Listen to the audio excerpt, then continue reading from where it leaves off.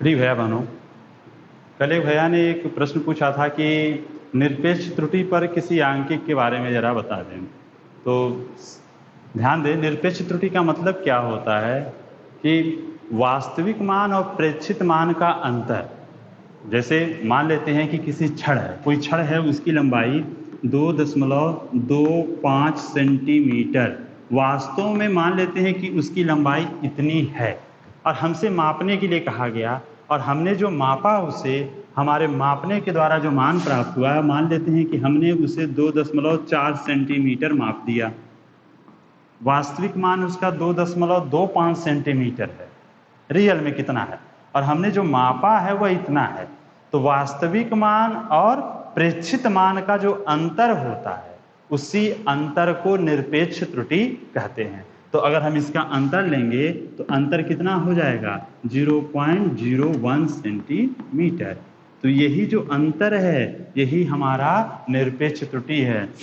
अगर हम लोग इस मान को x से डिपेंड करें तो डेल्टा x बराबर 0.01 सेंटीमीटर, यह इसका निरपेक्ष त्रुटि हो गया। तो इस तरह से वास्तविक मान और प्रेक्षित मान का जो अंतर है वही निरपेक्ष त्रुटि है। दूसरा चीज ध्यान दें, अगर हम लोग को जो प्रतिशत त्रुटि ज्ञात करना होता है तो डेल्टा x अपान x, वह जो निरपेक्ष त्रुटि है उस त्रुटि में इसका जो वास्तविक मान है उससे हम लोग भाग दे देते हैं, तो भिन्नात्मक त्रुटि उसमें 100 से गुणा कर दिए तो प्रतिशत त्रुटि। इस तरह के हमने एक उदाहरण भी उस समय आपको दिया था जिसमें निरपेक्ष त्रुटि, भिन्नात्मक त्रुटि, प्रतिशत त्रुटि निकालना था। तो ध्यान हो सकता है उसमें नहीं दिए होंगे, तो ध्यान दें यहाँ पे निरपेक्ष त्रुटि का मतलब क्या होता है कि वास्तविक मान और प्रेक्षित मान का अंतर। कई बार ऐसा होता है कि हमें प्रश्न में वास्तविक मान नहीं दिया होगा कि वास्तव में इसका मान कितना है, ठीक है। उस स्थिति में हम निरपेक्ष त्रुटि कैसे ज्ञात करते हैं? जैसे मान लिया आपसे कहा गया कि किसी ने किसी तार की लंबाई या कुछ भी मापन किया, वह इतना सेंटीमीटर मापित आपने आपने उसे मापा है, और आपसे निरपेक्ष त्रुटि कहा जाए कितना होगा, तो सीधे कह दिया निरपेक्ष त्रुटि, एक मान सिर्फ दिया है और निरपेक्ष त्रुटि आपसे पूछ लिया है, तो आप क्या करेंगे कि लास्ट वाले अंक के पास यहाँ पर आप क्या करेंगे 1, बाकी को 0 कर दीजिए, ये चीज आपको प्राप्त हो जाएगा। वास्तव में हम लोग जो त्रुटि करते हैं मापन में, वह उसके लिस्ट काउंट के बराबर ही कर सकते हैं। यदि लिस्ट काउंट उसका दिया है, अल्पतमांक दिया है, तो अल्पतमांक ही हम लोग उसी को हम लोग क्या मान लेंगे? निरपेक्ष त्रुटि मान लेंगे।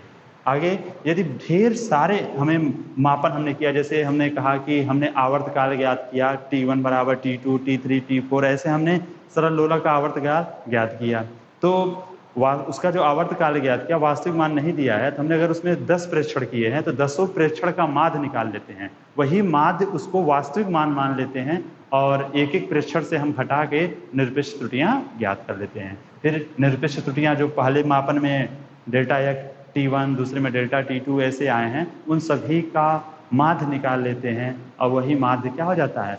माध्य निरपेक्ष त्रुटि। इससे संबंधित एक प्रश्न हम उसी में दिए थे, आप लोग उसको फिर से ध्यान दे दीजिएगा, और आपके आंकिक में ही प्रश्नावली में देखेंगे, उसमें ऐसे कई तरह के जो प्रश्न है उदाहरण में, उनको देखिए, समझिए, फिर अगर समस्या होती है तो फिर से आप पूछ लीजिएगा, ठीक है।